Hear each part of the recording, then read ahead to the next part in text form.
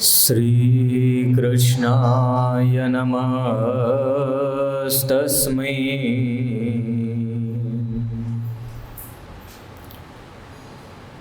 यः साक्षात् धर्मनन्दनः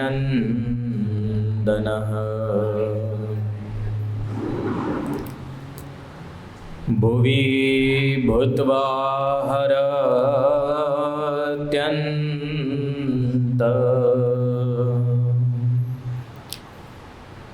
स्तमस्तमयुवांशुमान्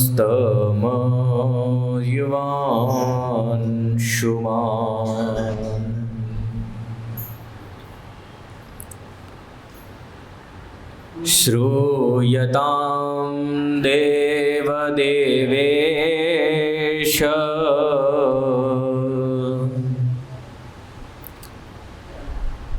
स्वामिनारायण प्रभो।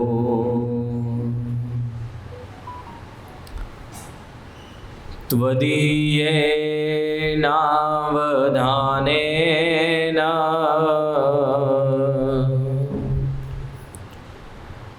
कथयिष्ये शुभा कथा।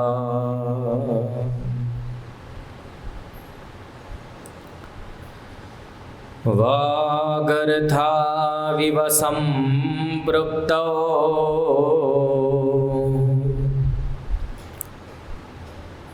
वागर्थ प्रतिपत्तये।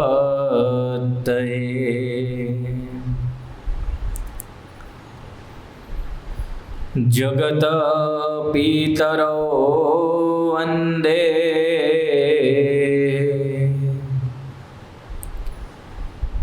पार्वती परमेश्वरो।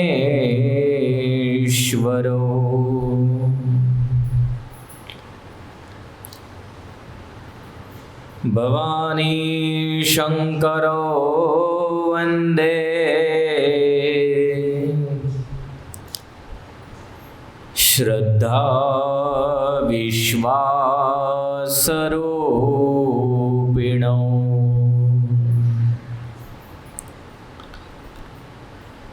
याभ्यां विना न पश्यन्ति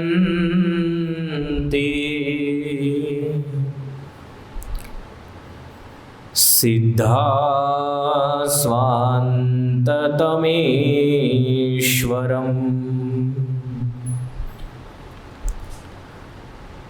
ॐ अवतारिणे स्वामिनारायणाय नमो नमः। ॐ श्री हरिकृष्णाय नमो नमः। ॐ श्री पूर्णपुरुषोत्तमाय नमो नमः।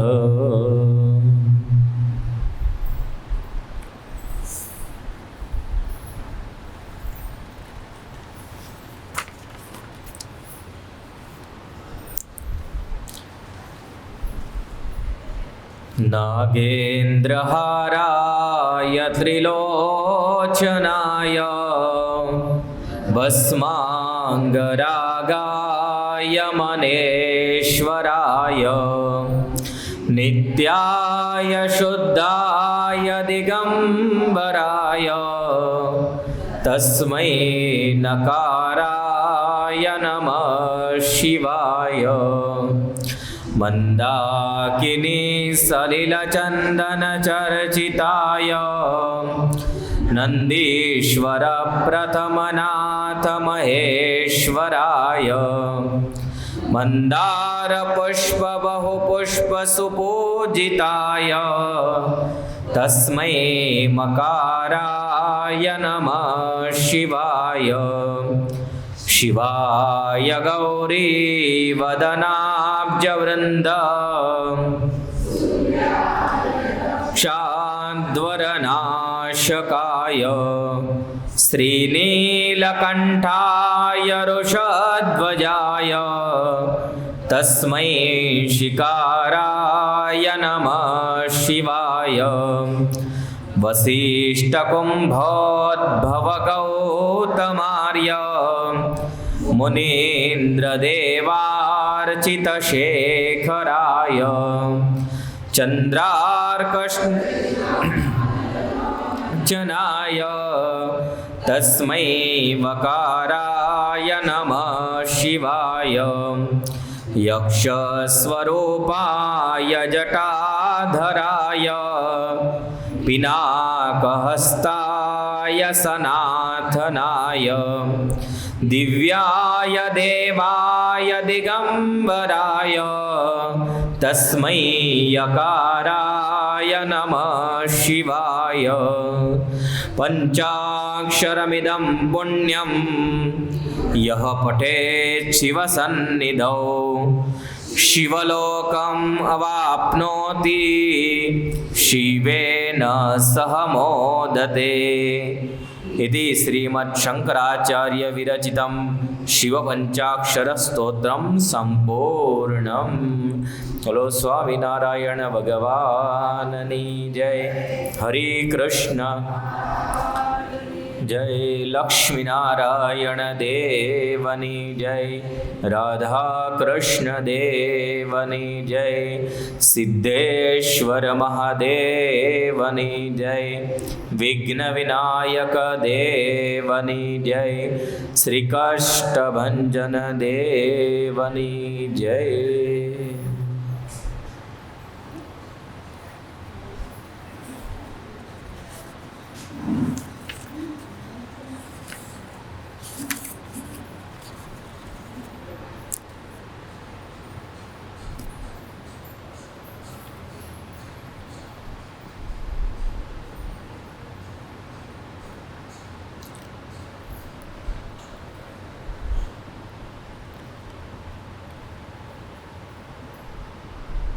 गेल्या कालच्या कथेमध्ये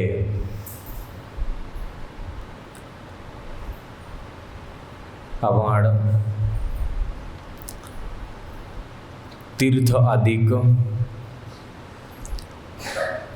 यामध्ये काय करावं काय न करावं याविषयी ऐकलं।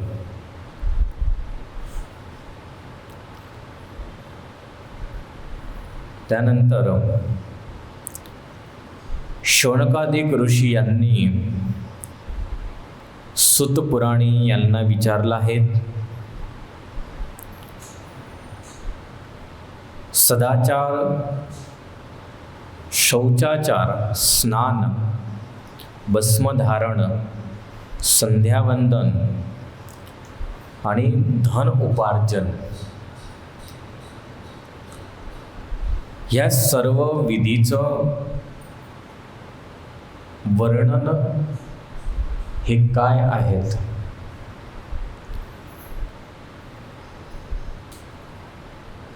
यापैकी आपण सदाचार याविषयी थोडं ऐकलं होतं की सदाचार म्हणजे काय, तर सतपुराणिकांनी सांगितलं, सदाचार युतो विद्वान ब्राह्मणो नाम नामतः।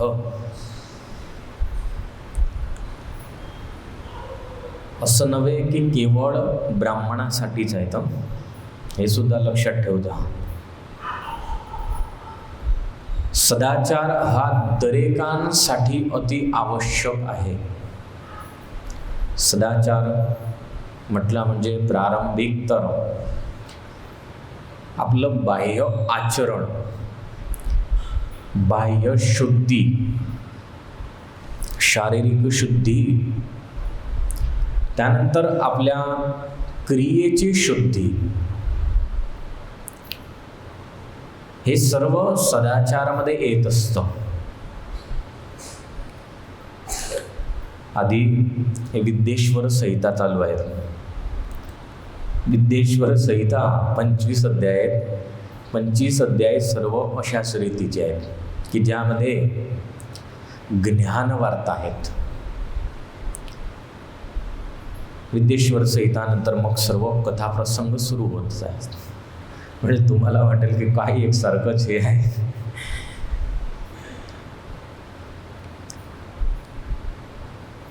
सुत पुराणिक यांनी द्विज याची व्याख्या सांगितली. द्विज म्हटला म्हणजे कोण, तर ज्याचा जन्म 2 वेळा होतो. द्वि म्हटला म्हणजे 2 आणि ज म्हटला म्हणजे जन्म. ज्याचा जन्म 2 वेळा झाला आहे असा मनुष्य असला त्याला द्विज असं म्हटलं जात असतं. प्रथम जन्म तर आईच्या पोटून होत असतो, परंतु दुसरा जन्म म्हणजेच त्याला यज्ञोपवीत धारण करवली जाते, त्यावेळेस त्याचा दुसरा जन्म असा म्हटला जात असतो. यज्ञोपवीत धारण केली म्हणजे तिथेपासून त्याचं शिक्षण सुरू होत असतं. गुरु त्याला मंत्रदीक्षा अधिक देतात. सुत पुराणिक म्हणतात की असा मनुष्य हा द्विज आहे. तर ब्राह्मण, क्षत्रिय, वैश्य, शूद्र ह्या सर्वांसाठी सदाचार हे सांगत आहेत की सदाचार हा आपला कसा असायला पाहिजे. तर या सर्वांनी प्रातःकाळी उषःकाळी असं म्हटलंय. उषःकाळी म्हणजे अतिशय सकाळचा वेळ असतो, त्याला आपण ब्रह्ममुहूर्त सुद्धा म्हणतो. अशा वेळेमध्ये या उषःकाळामध्ये उठून पूर्वाभिमुख होऊन भगवंताचं, धर्माचं आणि आपल्या कर्तव्याचं चिंतन करावं. सकाळपासूनच सांगलं बघा, खूप सुंदर गोष्ट आहे की उठले, आता सांगितलं इथे पूर्वामुख म्हणून, बाकी तर संत पुरुष अधिक असं म्हणतात की तुम्ही उठले, उठाच खेपी जशी तुमचे डोळे उघडले तुमच्या मुखातून भगवंताचं नाम निघायलाच पाहिजे. भगवंताचं नाव निघालं एक, आता ही गोष्ट काही जास्त नसते की 10 मिनिट बसून राहा, 15 मिनिट बसून राहा, अशी गोष्ट नाही आहे. कारण हे सर्व विवेक समजायचं आहे. शास्त्रांनी तर सांगितलं, परंतु आपल्याला एवढं समजायचं की किती वेळ तिथे बसायचं असतं. कुठले 1 मिनिट, अर्धा मिनिट भगवंताचं स्मरण केलं, त्यानंतर दुसरं सांगितलं धर्माचं स्मरण करायचं आहे. काय काय आपल्याला करायचं आहे, आपल्या फरजमध्ये काय आहेत. दुसरी गोष्ट सांगितली कर्तव्य. कर्तव्य म्हटलं म्हणजे तुम्हाला काय पूर्ण दिवसभर तुम्हाला कार्य करायचं आहे त्याचं चिंतन सकाळीच करा. आपण म्हणतो याद निराद, तर हे सांगतायत महापुरुष. सर्व तुम्हाला ते वेळेला याद राहील आणि त्या वेळेला चिंतन केलं म्हणजे असं समजा की कोणतीच गोष्ट याद राहणार नाही अशी नाही. सकाळपासूनच त्याच वेळेला तुम्हाला मस्तिष्कामध्ये असायला पाहिजे की आज पूर्ण दिवसभरामध्ये आम्हाला काय करायचं आहे. ह्या गोष्टीचं चिंतन करून आणि त्यानंतर सांगितलं की मग आपल्या शौच अधिक क्रियेमध्ये जायचं आहे. शौचक्रिया, स्नान. शौचक्रियानंतर सुद्धा सांगितलं की शौचक्रियानंतर आपल्या हातपायांची, मुखाची शुद्धीसुद्धा करायला पाहिजे. बघा आचरण आहेत ना, बाह्य आचरण, हे सर्व एक धर्माचा भागच सुद्धा आहे. आणि दुसरं असं समजा तर याला आपण शरीराची पवित्रता म्हणू.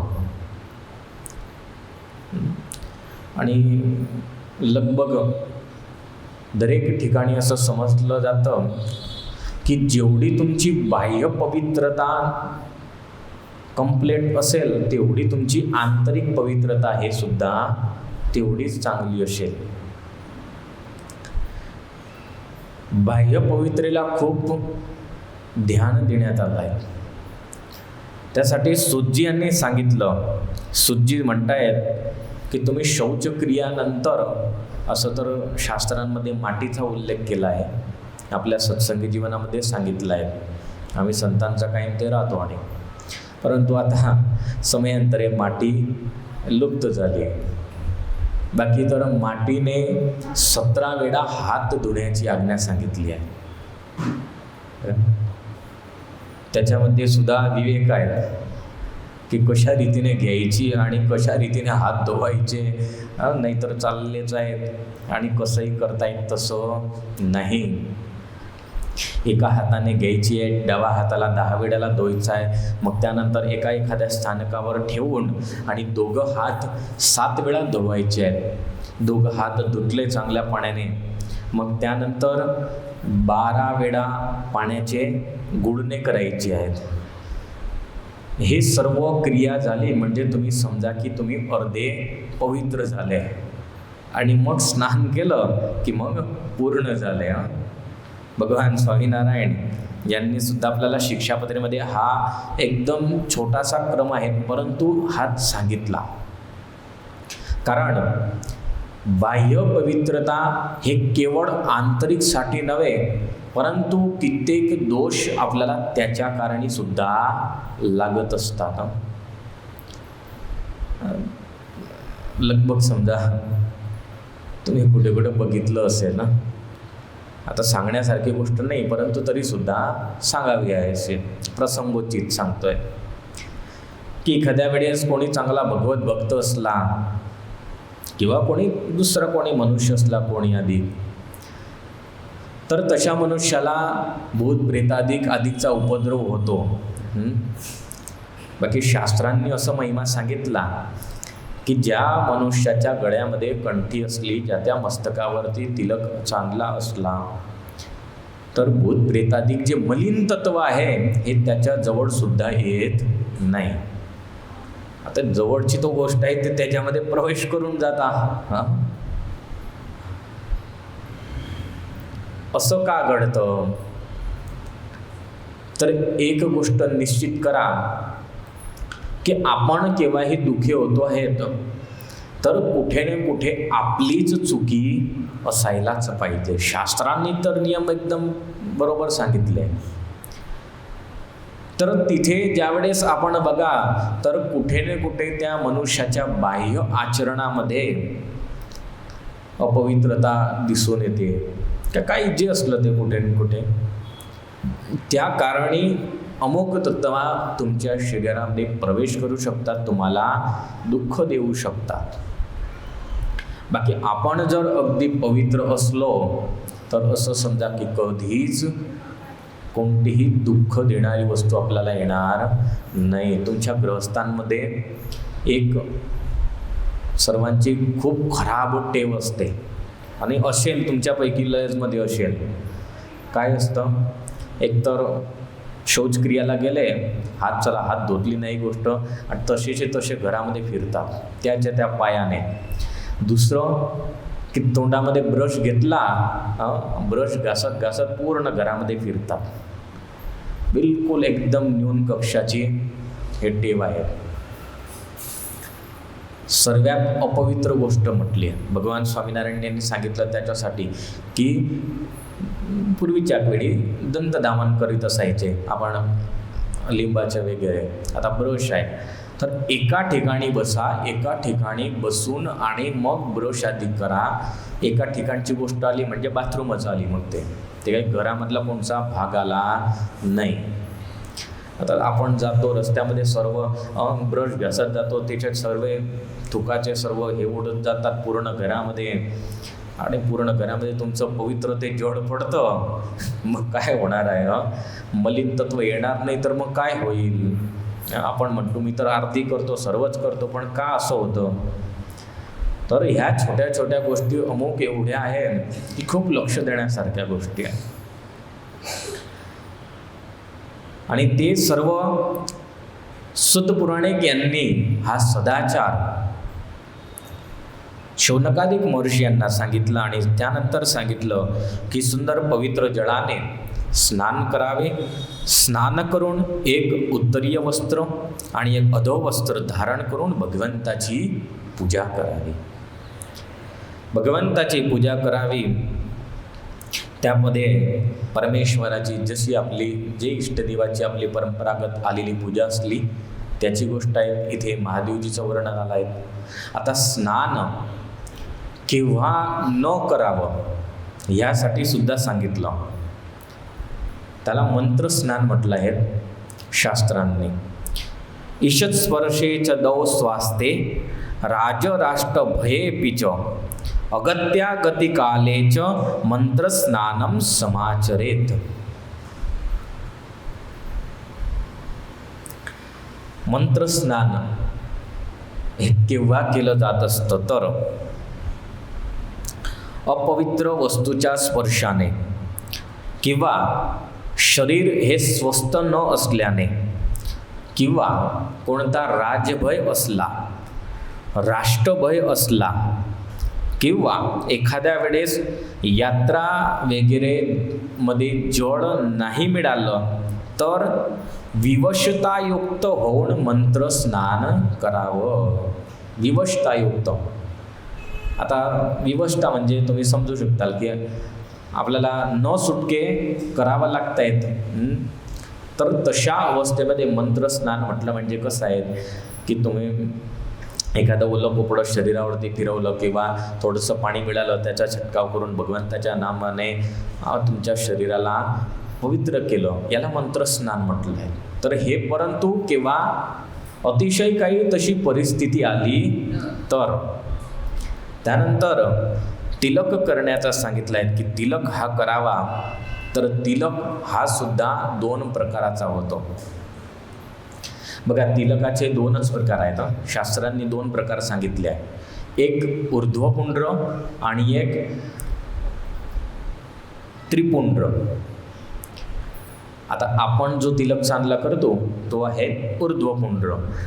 ऊर्ध्व म्हणजे त्याची गती वरच्या भागावरती आहे आणि त्रिपुंड्र म्हणजे जे महादेवजीचे भक्त असतात ते त्रिपुंड्र लावतात, त्याला त्रिपुंड्र असं म्हटलं आहे. ह्या 2 प्रकाराचे तिलक शास्त्रांमध्ये सांगण्यात आले आहेत.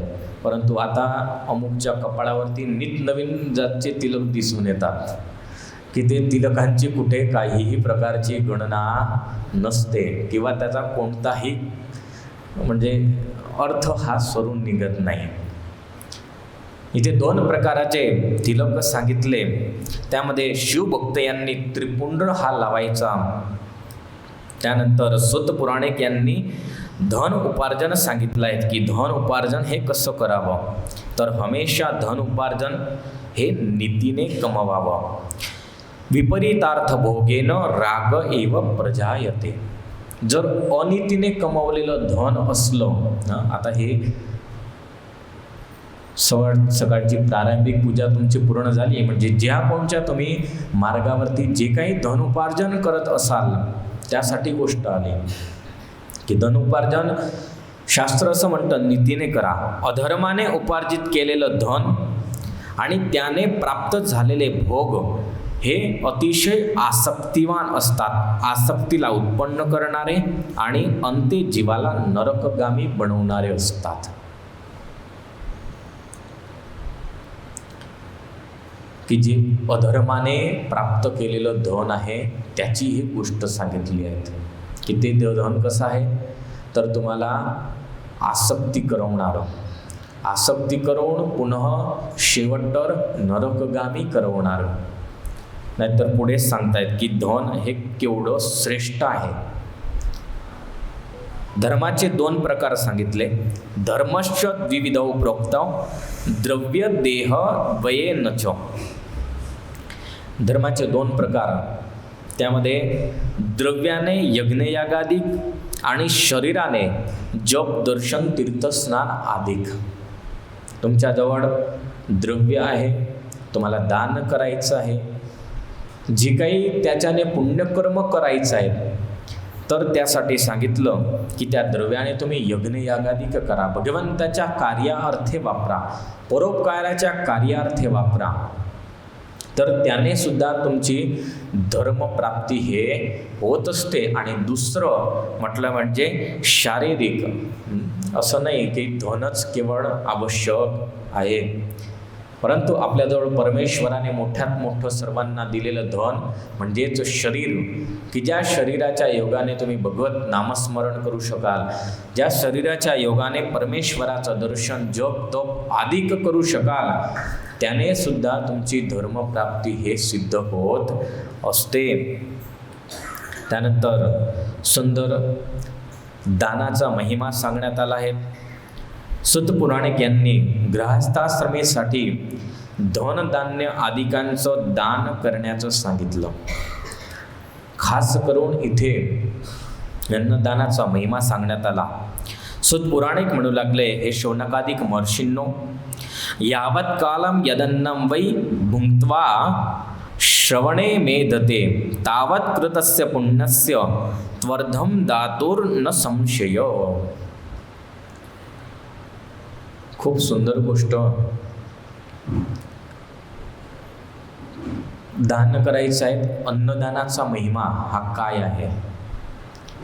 तर अन्नदानासाठी सांगितलं की अन्नदानाने जो मनुष्य अन्न जेवून आणि जोपर्यंत भगवत भक्ती करत असतो, भगवंताच्या दरेक भक्तीमध्ये आलं ते, तो कथा श्रवण करत असो किंवा परमेश्वराचं नामधुन्य अधिक करत असो, आधी कोणतंही सत्कर्म करत असेल आणि जेवढा वेळपर्यंत तो ते सत्कर्म करेल त्याच्या पुण्याचा अर्धा भाग हा दात्याला मिळत असतो.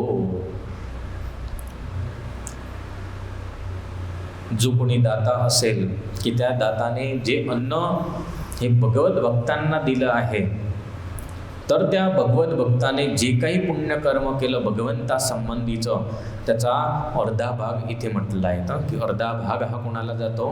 त्या दात्याला जात असतो. आणि शेवट सुद्धा सांगितलं की याच्यामध्ये कोणत्याही प्रकारचा संशय नाही. ही म्हणजे गोष्ट कोणत्याही प्रकाराची खोटी नाही. अन्नदानाचा खूप सुंदर महिमा त्यासाठी सांगितला. भगवान स्वामीनारायण यांनी सत्संगी जीवनामध्ये सुद्धा सांगितलं. आता कदाच तुम्ही असं समजाल, बघा दुसरे दान असं आहे की याच्या समोर व्यर्थ आहे अशी गोष्ट नव्हे, परंतु कदाच असं आपण म्हणू की चला बुवा विद्यादान आहे ना, ते सुद्धा श्रेष्ठ आहे. परंतु अशी गोष्ट आहे जसं इथे सांगितलं तसं, एखादा भोक्या मनुष्य असला, आता त्या भोक्या मनुष्याला तुम्ही विद्याभ्यास करण्यासाठी बसवला आणि त्याला सांगितलं की चाल मी तुला हे शिकवतो, परंतु त्याचं मन लागेल का? न बिलकुल समजण्यासारखी गोष्ट आहे. कारण तो मनुष्य बसला आहे, त्याची मनाची वृत्ती कुठे असेल? भूकमध्ये असेल. त्याला असं आहे मला भूक लागली आहे आणि हे मला शिकवण्याचा भार देत आहेत. कधी कितीही चांगले शिक्षक असले, कितीही चांगलं सर्व असलं तरी सुद्धा त्याचं मन लागणार नाही. परंतु त्याचा जेव्हा अंतरात्मा हा शांत झालेला असेल, तृप्त तो झालेला असेल आणि त्यानंतर तुम्ही त्याला बसवा, तर अवश्य तुम्ही जे काही त्याला द्याल तो ग्रहण करेल. भगवान स्वामीनारायण शिरसंगी जीवनामध्ये हे गोष्ट सांगतात. इथे सुद्धा सुतपुराणिक यांनी सांगितलं. त्यानंतर गृहस्थांसाठी दशांश भाग सांगितला आहे. आपण ज्याला धर्मादा असं म्हणत असतो. हे सर्व सत्संग आपल्या याचं आहे, तर शिवपुराण अंतर्गत आलेली गोष्ट आहे. सुत पुराणिक यांनी सांगितलं की गृहस्थांनी खेती आदिकमधून उपार्जित झालेलं जे धन आहे त्याचा 10वा भागाचं दान हे करायला पाहिजे. त्या उपार्जित झालेल्या दानाने त्या वस्तुपदार्थ मात्राची शुद्धी हे होत असते. मी ह्याची एक गोष्ट तुम्हाला उद्याच्या दिवशी सुद्धा सांगितली होती. त्यानंतर सुतपुराण शौनकादिक महर्षी यांनी अग्नियज्ञ, देवयज्ञ, ब्रह्मयज्ञ ह्या सर्वांचं सुंदर असं इथे वर्णन काय आहेत आणि या सर्वांचे प्रकार हे विचारले आहेत की देवयज्ञ हा काय, अग्नियज्ञ हा काय, त्यानंतर ब्रह्मयज्ञ हा काय, ब्रह्मतृप्ती हे अधिक सर्व कोणत्या वस्तूने होत असते. त्यामध्ये सुतपुराणिक सांगू लागले की हे ऋषींनो, ब्रह्मयज्ञ म्हटला म्हणजे की ब्रह्मयज्ञ द्विज कुर्यात देवानां तृप्तये सकृत. द्विजांसाठी द्विजांसाठी, त्या देवतांच्या तृप्तीसाठी निरंतर ब्रह्मयज्ञ हा होत असतो. आणि दुसरं वेदांचं अध्ययन, शास्त्रांचं अध्ययन, त्याला सुद्धा ब्रह्मयज्ञ असं म्हटलं जात असतं. द्विज शब्द इथे वापरला. द्विज म्हटलं मी तुम्हाला आधीच सांगितलं, 3 प्रकाराचे मनुष्य, ब्राह्मण, क्षत्रिय आणि वैश्य, तिघांना द्विज म्हटले गेले आहेत. तुम्हाला कित्येकांना कदाच माहीत असेल की नाही, कोणी मनुष्य मरतो, मग त्याच्यापुढे त्याच्या घरून त्या मटकीमध्ये अग्नी घेऊन जातात. आता अग्नी का घरून घेऊन जातात माहीत आहे का कोणाला? नाही ना. पूर्वीची हे परंपरा होती. अग्नी अशासाठी घेऊन जातात कारण तो जो अग्नी असतो, तो अग्नी त्याला पूर्वीपासून मिळालेला अग्नी असतो. पूर्वीपासून म्हटलं म्हणजे ज्यावेळेस तुमचं लग्न होतं, लग्न झालं म्हणजे लग्नामध्ये, तुमच्या यज्ञामध्ये जो अग्नी प्रगटवला जातो, तो अग्नी तुमच्या घरी जातो. तुमच्या घरी गेला म्हणजे जीवनपर्यंत त्या अग्नीचं तुम्हाला संभाळ ठेवावी लागते. पूर्वीच्या वेळेला तर गॅस होते नाही, म्हणजे तो जे अग्नी तुमच्या चुल्यामध्ये जात असायचा, त्याच अग्नीने तुमचं सर्व पोषण होत असायचं. म्हणजेच अन्न वगैरे तुम्ही रांधले जात असायचे. आणि त्यानंतर तोच अग्नी शेवट तुम्हाला अग्निदाह देत असायचा. म्हणून घरून तुमच्या घेतून आणि तिथपर्यंत झाला. बाकी असं नाही की मग तिथे मिळत नाही स्मशान घाटामध्ये, म्हणजे तसं काही नाही. परंतु तो अग्नी, आणि तोच अग्नी म्हणजे इथे आधी सांगितलं की देवतांच्या तृप्तीसाठी तुम्हाला 3 वर्णांच्या मनुष्यांना रोज यज्ञ करण्याची आज्ञा शास्त्रांनी दिली आहे. की रोज तुम्हाला घरामध्ये छोटासा यज्ञ होत असतो, त्यामध्ये अमुक आहुती वगैरे दिल्या जात असतात. आता हे वर्षापासून समयांतरे युग प्रभावाने हे सर्व बंद झाले, परंतु शास्त्रांनी तर हे सांगितले आहेत. त्याला ब्रह्मयज्ञ असं म्हटलं जात असतं. त्यानंतर देवयज्ञ म्हणजे की जो अग्नी, तो अग्नी हा दरेकांचा निमणीत केलेला असतो. भूदेव असतात, यज्ञ प्रगटवतात, तर त्या यज्ञामध्ये अग्नी असतो. हा अग्नी असं नसतं की जेव्हाही जसं मनात आलं तशी आकाळी पेटवली आणि सुरू झाला. त्या अग्नीला, कोणत्या अग्नीला कुठल्या रीतीने स्थापन करायचं आहे, तो भूदेव बरोबर स्थापन करत असतो. इथे सुंदर त्यासाठी सांगितलं आहे की भगवंतांनी वारांची रचना केली. 7 वार आहेत. त्या 7 वारांची रचना अग्नीच्या साक्षीसाठी केली आहेत. की अग्नी हा देवयज्ञ म्हणून म्हटला जातो, की अग्नीद्वारा देवतांना सर्व प्राप्त होत असतं. त्यासाठी 7 वारांची नेमणूक करण्यात आली आणि त्यांचं पूजन अर्चन सुद्धा सांगितलं आहे. त्यामध्ये सोमवार हा महादेवजीचा वार म्हटला गेला आहे. दरेक देवतांचे वार विविध तुम्हाला मालूमच असेल. इथे खूप विस्तृत माहिती सांगितली आहे, परंतु एकदम शॉर्टमध्ये मी तुम्हाला सांगितली की सोमवार हा महादेवजीचा वार म्हटला जातो. आता सोमवार महादेवजीचा वार का म्हटला जातो, तर सोम म्हटलं म्हणजे चंद्रमा. सोम कोण? चंद्रमा आहे. चंद्रमा याच्यावरती कलंक लागलेला होता. दक्ष याला 60 कन्या होत्या. 60 कन्यांपैकी 27 कन्यांचं लग्न दक्ष याने चंद्रमासोबत केलं होतं. 27 कन्यांचं लग्न चंद्रमासोबत केलं, परंतु चंद्रमा हा काय करत असायचा की त्यामध्ये रोहिणी जी होती तिला अतिशय प्रेम करत असायचा. दुसऱ्यांना एवढा भाव देत नसायचा. तर दुसऱ्या 26 ज्या होत्या, 26 वारंवार आपले पिता दक्ष याला सांगत असायचे एकची एक फरियाद सांगत असायची की बा आमचे पती चंद्रदेवता हे आम्हाला कधीही काही प्रकारचा भाव देत नाही, काहीच नाही. एक केवळ आणि केवळ रोहिणी हिलाच प्रेम करतात. दक्ष प्रजापती यांनी चंद्रमाला समजवलं, 2-3 वेळा समजवलं, सांगितलं की तुम्ही असं करू नका. एक वेळ प्रसंग असा घडला की सर्व दुसऱ्या 26 पत्न्या होत्या, सर्वच्या सर्व्या आल्या दक्ष प्रजापतीकडे. दक्ष प्रजापतीकडे आले. दक्षाला सांगितलं आम्ही वापस जाणार नाही. दक्ष म्हणतो का? अरे म्हणे एकची एक गोष्ट आहेत. दक्ष म्हणतात ठीक आहे. चंद्रमाला बोलविलं आणि दक्ष खूप क्रोधायमान झाले आणि दक्षाने चंद्रमाला श्राप दिला की तुला क्षयरोग व्हावं. अशा रीतीचा श्राप दिला.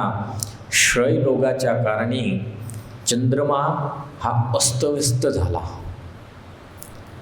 चंद्रमा अस्तव्यस्त झाला म्हणजेच समग्र पृथ्वीचं जे भार होता हा सर्व उलट डोलट होऊ लागला. कारण आपण जे कालगणना करतो, तिथीची जे निर्मिती राहते, हे तिथीची निर्मिती सूर्य आणि चंद्र या दोघांच्या गतीनुसार होत असते. त्यामध्ये चंद्रमा हा सर्व औषधींचा देव म्हटला गेला आहे. औषधी म्हटले जेवढी काही वनस्पती आहे त्या वनस्पतीला पोषणारा, त्या वनस्पतीमध्ये त्या वनस्पतीचे गुणधर्म देणारा हा कोण आहे? चंद्रमा आहे. तर चंद्रमाची अवस्था जर अशा रीतीची झाली तर मग सर्वची सर्व पृथ्वी अस्तव्यस्त झाली. देवतांनी प्रार्थना केली की बुवा काहीतरी याच्यातून उपाय निघायला पाहिजे. सर्वचे सर्व महादेवकडे गेले. महादेवांनी सांगितलं की जर चंद्रमा हा तप करेल तर त्या तपाच्या प्रभावाने सर्व काही ठीक होईल. त्याच्यासाठी स्थान सांगण्यात आलं. प्रभास क्षेत्रामध्ये म्हणजेच सोमनाथ अधिक जे स्थान आहेत, जो भाग आहे त्याला प्रभास क्षेत्र असं म्हटलं आहे. त्या प्रभास क्षेत्रामध्ये चंद्रमा याने शिवजींवरती तप केलं.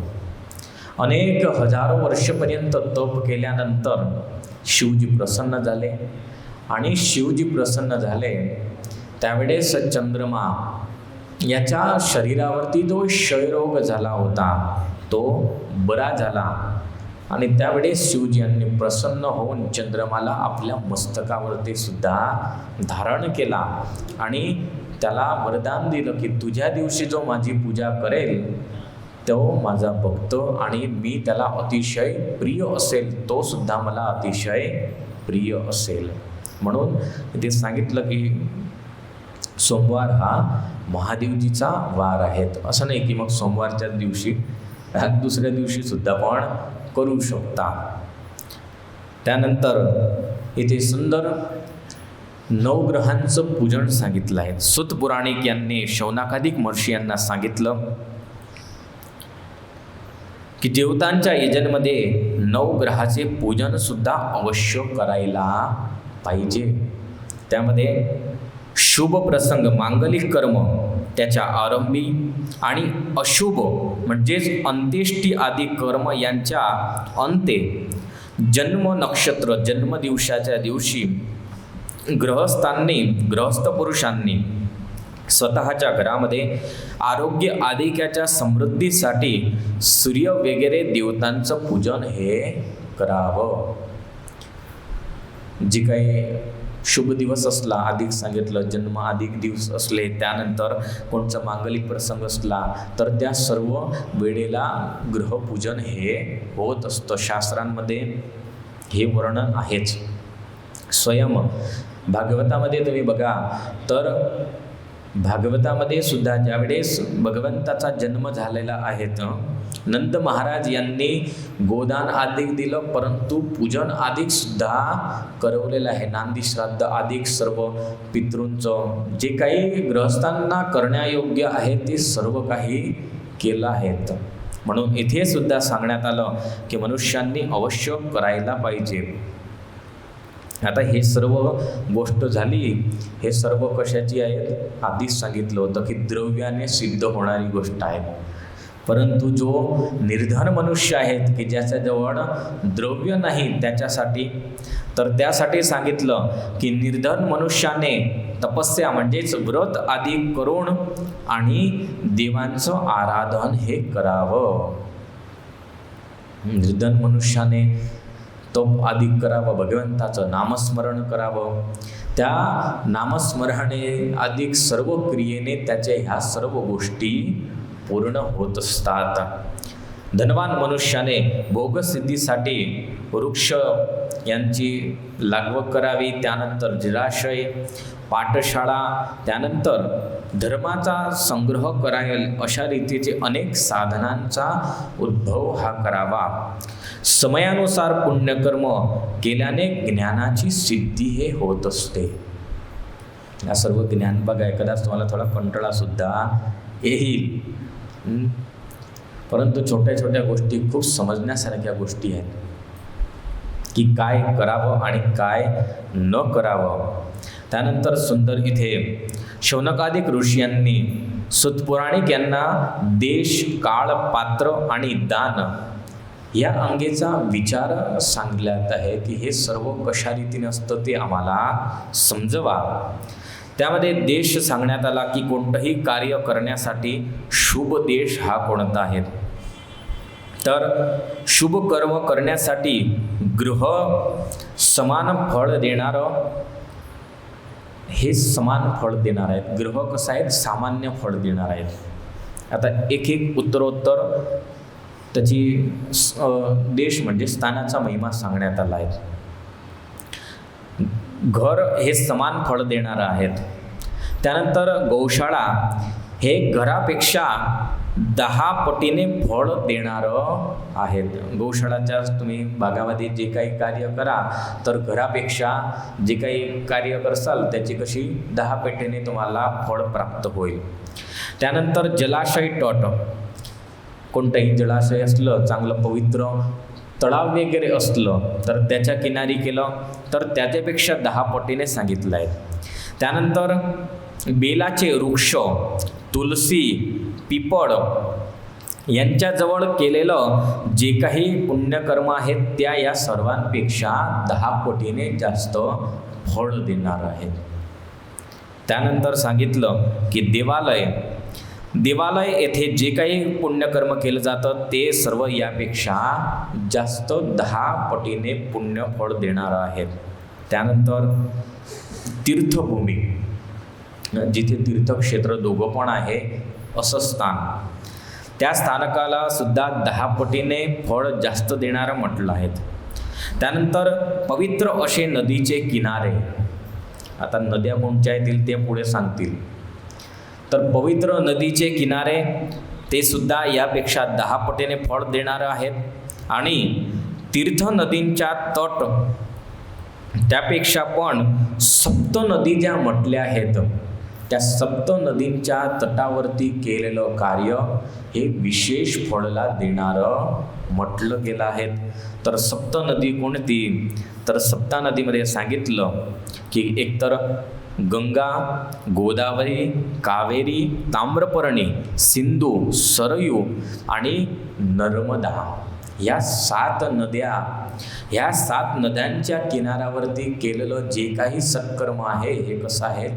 अधिक फळला देणारं आहे.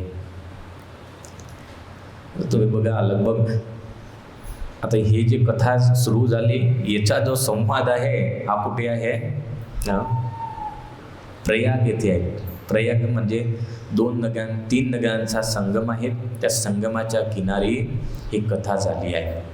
भागवत हे कुठे सांगलं गेलं? नैमिषारण्यामध्ये तर आहे, परंतु गंगा किनारे. तर गंगा किनाऱ्यामध्ये सुद्धा ऋषिकेश येथे ज्याला आनंदवन म्हटलं आहे, त्या आनंदवनामध्ये सुत यांचा दोघांचा संवाद झाला. परीक्षित राजा आणि शुकदेवजी महाराज. म्हणजे इथे जे 7 नद्या सांगितल्या, ह्या 7 नद्यांकिनारी जे काही कोणतंही कार्य केलं ते सर्वांपेक्षा विशेष फळला देणारं म्हणण्यात आलं. त्यानंतर सर्वात विशेष म्हटलं तर समुद्राचा तट आहे. समुद्राचा तट हा सर्वात विशेष म्हटला. आणि त्यापेक्षा विशेष म्हटलं, महत्त्वाचं स्थान म्हटलं तर त्याला मन म्हटलं आहे.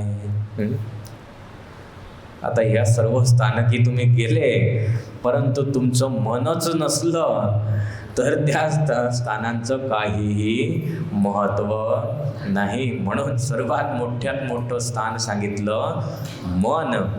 जर मन हे अतिशय शुद्ध भावनेयुक्त असलं तर तुम्ही एखाद्या कोणत्याही स्थानकामध्ये करा तर तेच फळ सुद्धा तिथे त्याला प्राप्त होऊ शकतं. त्यानंतर आता सांगितलं की काळाचं महत्त्व काय आहे. काळ म्हटले म्हणजे वेळ. तर सूर्यसंक्रांत, ग्रहण, मग नंतर विषुव समय. आता विषुव समय काय तर सूर्य हा विषुव रेषामध्ये येत असतो. म्हणजेच त्यावेळेस दिवस आणि रात्र हे दोघंचे दोघं सारखे होतात. आता सारखे नाही आहेत, बरोबर. आता काय आहेत, दिवस मोठा आहेत आणि रात्र लहान आहे. आणि दिवस थेट तुमचा 7 वाजता मावळतो आणि सकाळी 6 वाजता तर सूर्योदय होऊन जातो. रात्र हे कमी आहेत, रात्रीचा भाग. परंतु ज्यावेळेस दोघंच्या दोघं एकच समान अवस्थेमध्ये चालतात त्याला विषुव असं म्हटलं जात असतं. तर ह्या सर्व स्थानकांमध्ये, ह्या सर्व दिवसांमध्ये जे काही केलं जात असतं ते अतिशय उत्तम म्हटलं गेलं आहे. अतिशय उत्तम त्याला म्हटलं आहे. आणि सर्वात विशेष सत्पुराणिक म्हणतात, महतां संगकालश्च कोट्यर्क ग्रहणम विदु. महतां संगकाल, महापुरुषांचा संघ हा तर कसा आहे तर करोडो सूर्यग्रहणापेक्षाही पण अतिशय श्रेष्ठ म्हटला. सत्पुरुषांचा संघ म्हणजेच आता जे आपलं काम चाललं आहे ते की भगवंताचा संघ आहे. भगवंताच्या सानिध्यामध्ये सुंदर परमेश्वराची कथन आपण ऐकतोय, आत्मकल्याणाचं साधन करतो आहेत, याला म्हटलं आहे सत्संग. आणि हा सत्संग ज्या वेळेस असला त्या वेळेलाच अति श्रेष्ठ म्हणण्यात आली आहेत. असं नाही की सत्संगाचा कोणता वेळ आहे, तुम्ही म्हणसान सकाळचा वेळ, संध्याकाळचा वेळ, तसं काही नाही. जेव्हा तुम्हाला सत्पुरुष मिळाले, त्यांच्याजवळ तुम्ही बसले आणि जो सत्संग घडला तो अतिशय श्रेष्ठ आहे. कारण सत्पुरुषांचा संघ हा थोड्याच वेळाचा असला तरी सुद्धा तो अनेक जन्मांच्या पापांचा नाश करणार आहे. गोपाळानंद स्वामी एक वेळ फिरत फिरत काठेवाडमध्ये एका गावामध्ये गेले. तर त्यामध्ये एक हरिभक्त होते, बाजूच्याच गावामध्ये हरिभक्त होते, खूप चांगले होते. भगवान स्वामीनारायणचे अनन्य भक्त होते. एवढे अनन्य भक्त की कधीही कोणतीही अभक्ष्य वस्तू त्यांच्या मुखात गेली नाही. भगवंताच्या आज्ञाप्रमाणेच जीवन. परंतु अतिशय लाडाने, एकचा एक मुलगा होता, परंतु कसा होता, खूपच विवेकशून्य होता. एवढा विवेकशून्य की जेवढे त्याचे पिता हे श्रेष्ठ होते, हा तेवढाच अधम होता. आता पिता वारंवार सांगत असायचे की बेटा आपण सत्संगी आहोत, आपल्याने अभक्ष्य वस्तू खाल्ली जात नाही, भगवंताच्या आज्ञेच्या बाहेर आपण जाता येत नाही. परंतु याच्यामध्ये काहीच फरक पडत नसायचा. एक वेळ जो हरिभक्त होता त्याला असं समजलं की बाजूच्या गावामध्ये गोपाळानंद स्वामी आले आहेत. दर्शनासाठी गेला, दर्शनाला गेला, स्वामीजवळ बसला, स्वामींना दंडवत वगैरे केले, पण दंडवत करून बसला. स्वामींनी विचारलं की तुमची तब्येत वगैरे कशी आहे, परिस्थिती कशी आहे, सर्व काही. त्यांनी सांगितलं की सर्व काही भगवंताच्या कृपेने ठीक आहे, परंतु एकच दुःख आहे. स्वामी म्हणता एवढं काही दुःख आहे? हा म्हणतो की स्वामी, परमेश्वराने भगवंतांनी पुत्र तर दिला, परंतु पुत्र हा अतिशय अधर्मी दिला आहे, की कितीही सांगलं तरीही त्याच्यामध्ये काही बदलाव होत नाही. माद मत्स्य आदी भक्षण करणार आहे, सर्व काही लक्षणांनी पूर्ण आहेत.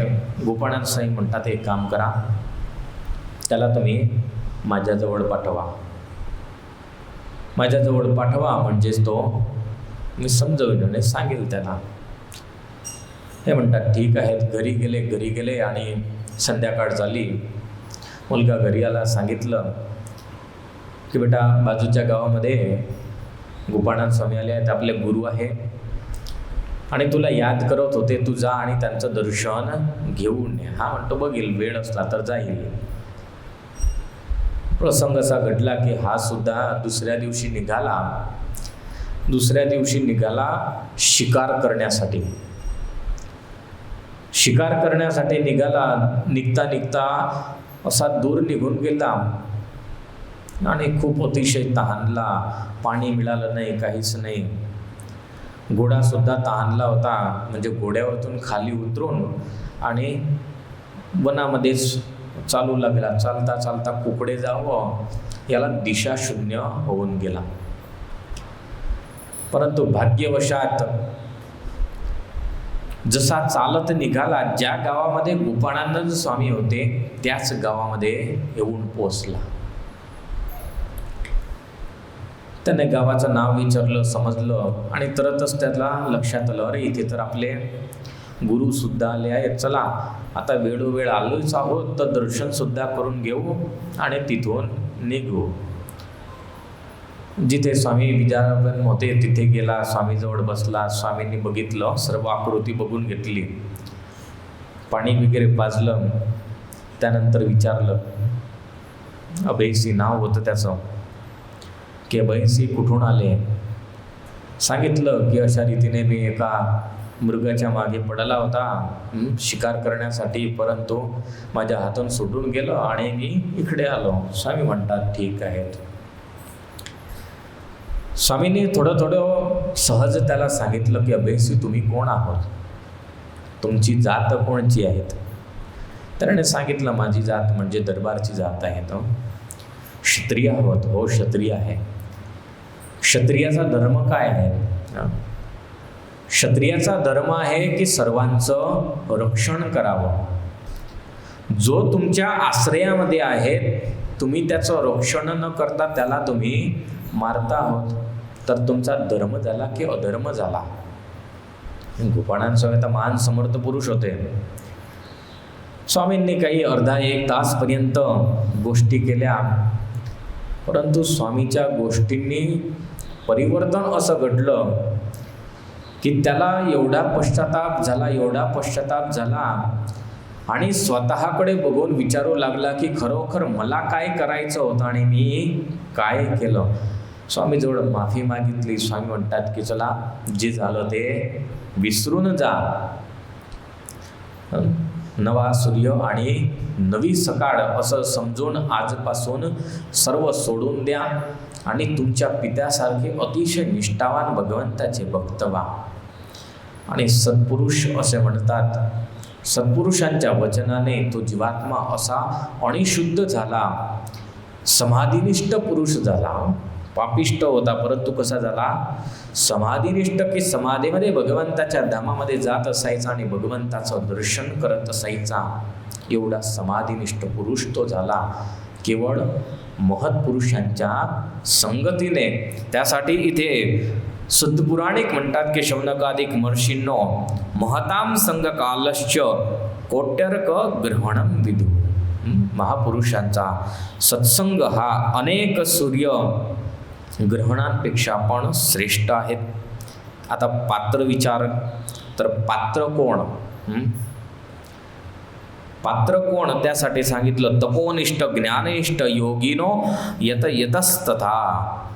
तपोनिष्ठ आणि ज्ञाननिष्ठ हे दोघं व्यक्ती हमेशा पात्र आहे काहीही देण्यासाठी. योगी पुरुष असला आणि दुसरा तपोनिष्ठ असला तर हे सदा सर्वदा पात्र असत असतात, त्यांच्यामध्ये कधीही पात्रता बघू नये. आणि त्यानंतर धनासाठी म्हटलं आहे की अन्नस्य क्षतितम पात्रम नारी नर मयात्मकम. जो मनुष्य भुक्या आहे तो मनुष्य सदा सर्वदा पात्रच म्हटला गेला आहे. भगवान स्वामीनारायण सुद्धा सत्संगी जीवनामध्ये म्हणतात की खरोखर जो मनुष्य भुका आहे, ज्याला खरोखर भूक लागली आहे, अन्नाची जरूर आहे, त्याची कधीही कोणत्याही प्रकारची परीक्षा घेऊ नका. त्याला विचारू नका की कोणत्या जातीचा आहे किंवा कोणत्या धर्माचा आहे की काय आहे. त्याला खरोखर अन्नाची आवश्यकता आहे तर त्याला अन्नदान द्या. त्यासाठी पात्र बघण्याची आवश्यकता नाही. आणि त्यानंतर सांगितलं की दान हे कसं आहे तर शौर्याने कमावलेलं असावं, वैश्याने व्यापाराने कमावलेलं असावं आणि शूद्रांनी सेवावृत्तीने कमावलेलं दान हे अतिशय उत्तम द्रव्य म्हटलं गेलं आहे. आता 12 महिन्यांचे 12 दान सांगितले आहेत, परंतु या 12 दानांपेक्षा सर्वात अतिशय उत्कृष्ट कोणचं म्हटलं तर गाईचं दान म्हटलं आहे. सत्पुराणिक यांनी सांगितलं आहे गोदानात दत्त गव्येन गोमयेनोपकारिणा. गोदानमध्ये दिलेली गाय, आता एक गोदानमध्ये तुम्ही जेव्हा गाय देतात तर ते गाय हे एवढी उपकारी आहे की तिच्या दरेक वस्तू म्हणजेच शरीराच्या दरेक वस्तूपासून जे काही बनत असतं ते सर्व अतिशय पुण्यकर्म करवणारं आहे. बघा त्यामध्ये सांगितलं की जे छान आहेत शेण आहेत ते कसं आहेत तर धन धान्याके देकामध्ये राहिलेलं पाप याचं नाश करवणारं आहे. गोमूत्र तर जळ तेल आदिद्वारा झालेलं पाप याचं नाश करवणारं आहे. आणि दही दूध तूप हे कायिक वाचिक मानसिक आदिक पुण्यकर्मांची पुष्टी करवणारं म्हटलं गेलं आहे. बघा गाईचं एवढं महात्म्य सांगण्यात आहे. गाईंना हरिहरी आपण माता असं म्हणत नाही. आपल्या हिंदू धर्मामध्ये गाईंना माता म्हटली आहे.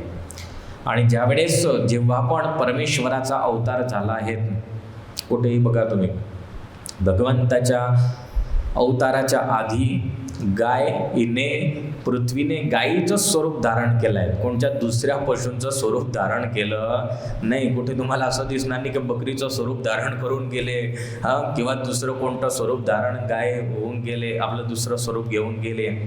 सर्व ठिकाणी काय येईल गायीचं स्वरूप धारण केलं आहे. गायीचं स्वरूप धारण करून आणि भगवंताची स्तुती केली आहे. त्यासाठी सत्पुराणिक यांनी इथे गायीचा हा महिमा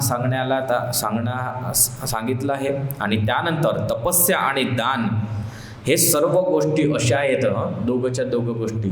आता जेवढं सांगितलं तपस्या आणि दान हे कशी आहेत तर इहलोक आणि परलोक या दोघांमध्ये सुख प्रदान करणाऱ्या ह्या गोष्टी सांगण्यात आल्या आहेत. हे 2-3 अध्याय जे आहेत 2-3 अध्यायाचा सर्व सार सत्पुराणिक यांनी सांगितला की हे सर्व जे काही तुम्ही करणार म्हणजेच ते इहलोक म्हणजे ह्या लोकामध्ये, परलोक म्हणजे दुसऱ्या लोकांमध्ये, जिथे तुम्ही जाणार तिथे तुम्हाला सुख प्रदान करणार आहेत.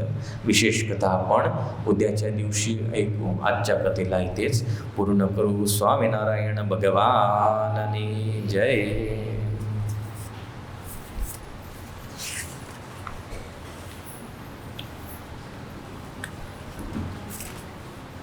त्रिदलं त्रिगुणाकारं त्रिनेत्रं च त्रयायुधं त्रिजन्म पापसंहार मेकबिल्वं शिवार्पणं त्रिशाखैर्बिल्वपत्रैश्च यच्छिद्रैकोमलैः शुभैः शिवपूजां करिष्यामि एकबिल्वं शिवार्पणम् अखण्डबिल्वपत्रेण पूजिते नन्दिकेश्वरे शुद्धयन्ति सर्वपापेभ्यो एकबिल्वं शिवार्पणम् शालिग्रामशिलामेकां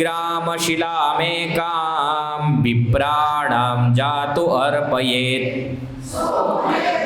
महापुण्यमेकबिल्वं शिवार्पणम् दन्तकोटिसहस्राणि वाजपेयशतानि च कोटिकन्या महादानमेकबिल्वं शिवार्पणम् लक्ष्म्यास्तनत उत्पन्नं महादेवस्य च प्रियं बिल्ववृक्षं प्रयच्छामि एकबिल्वं शिवार्पणम् दर्शनं बिल्ववृक्षस्य स्पर्शनं पापनाशनम् अघोरपापसंहारमेकबिल्वं शिवार्पणम् काशीक्षेत्रनिवासं च कालभैरवदर्शनम्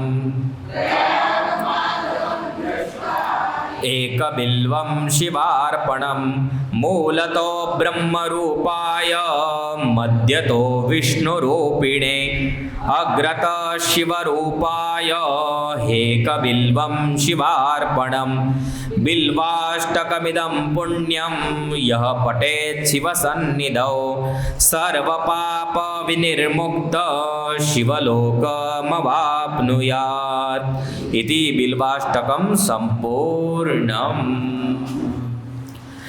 ओम नमः शिवाय ओम नमः शिवाय हर हर भोले नमः शिवाय।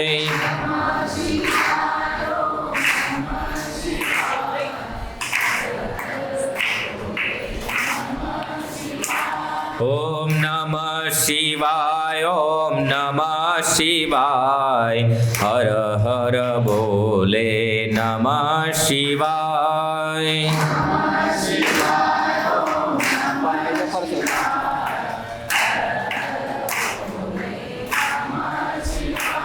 ओम नमः शिवाय ओम नमः शिवाय हर हर भोले नमः शिवाय।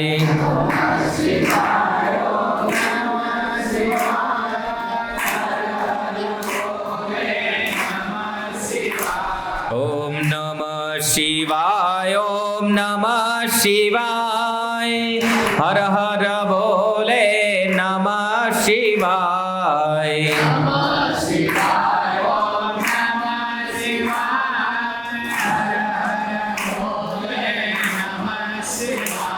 ओम नमः शिवाय ओम नमः शिवाय हर हर भोले नमः शिवाय।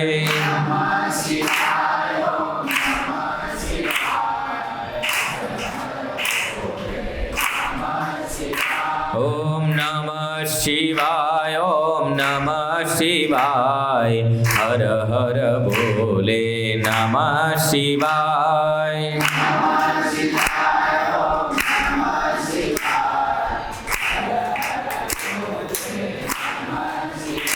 ओम नमः शिवाय ओम नमः शिवाय हर हर भोले नमः शिवाय।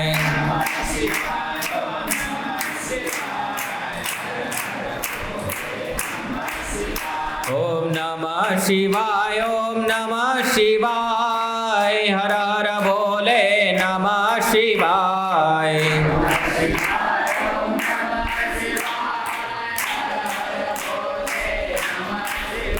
ओम नमः शिवाय ओम नमः शिवाय हर हर भोले नमः शिवाय।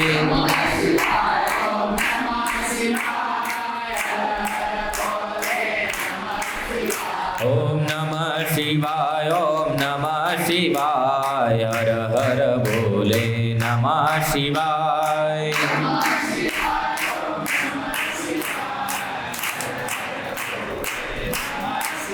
ओम नमः शिवाय, ओम नमः शिवाय, हर हर बोले नमः शिवाय।